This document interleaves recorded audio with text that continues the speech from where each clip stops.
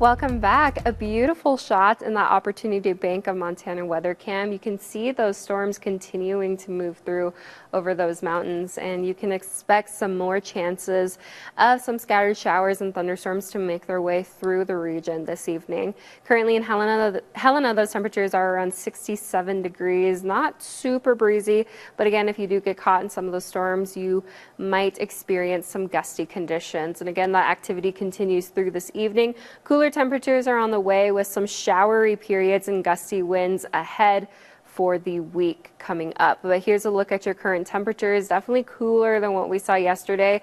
They are into the 60s and the 70s over pushing on that western portion of north central Montana, and even in the 70s and 80s possibly for some of those other areas in the eastern portion of the state. But we're cooling on down definitely, especially as this moisture continues to make its way through from southwest to northeast. Scattered showers and those thunderstorms being advected because of this upper level trough that is continuing to slowly push into the western portion of the United States, turning into a closed low for a bit. This is just going to produce some moisture and cool things down. You can see that green starting to move into the area over the next couple of days. So if you weren't quite ready for those summery temperatures, you're in luck, because we will see some cooler temperatures on the way. Through tonight, you can expect some increased cloud cover, especially for western and eastern portions. Central portions might see some partly cloudy skies tonight, but these storms will continue to roll through. As we hit Monday morning, it looks like most of those storms will continue to push over in this western corner, even some chances of some upper elevation snow.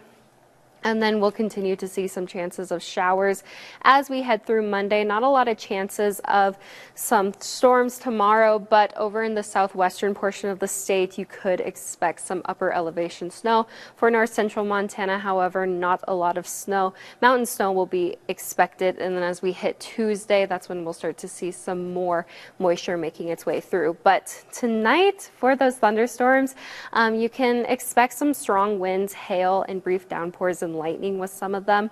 There's some more chances of those scattered thunderstorms for these north central eastern portions of the state, but isolated thunderstorms throughout most of the state. Other than that, those winds are still going to be breezy at times, especially if you see those storms. We could see up to 60-mile-per-hour wind gusts with them. Earlier, Great Falls did see some of those storms and some power outages to go along with it. So keep that in mind. Wind gust tracker through tonight, you can expect those winds to briefly lighten up and then gust a little bit more. 20 to 30 mile per hour wind gusts will be possible, becoming a bit more widespread as we head through Monday morning for north central Montana, up to 50 mile per hour winds possible. And then that will continue through Tuesday as well. 20 to 30 mile per hour wind gusts for that time period.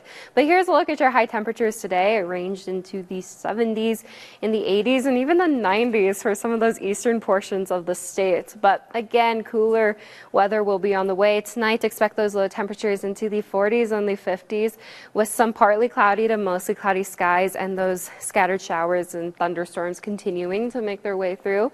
And then tomorrow you can expect those high temperatures right back up into the 60s and the 70s for western portions of north central Montana, and 80s for the eastern portions of the state. We'll see some partly sunny, maybe even some mostly sunny skies for some areas tomorrow, but chances of showers in the afternoon and evening. It will still continue to be nice and mild. And then next week you can expect those temperatures to actually dip back into the 50s starting on Tuesday.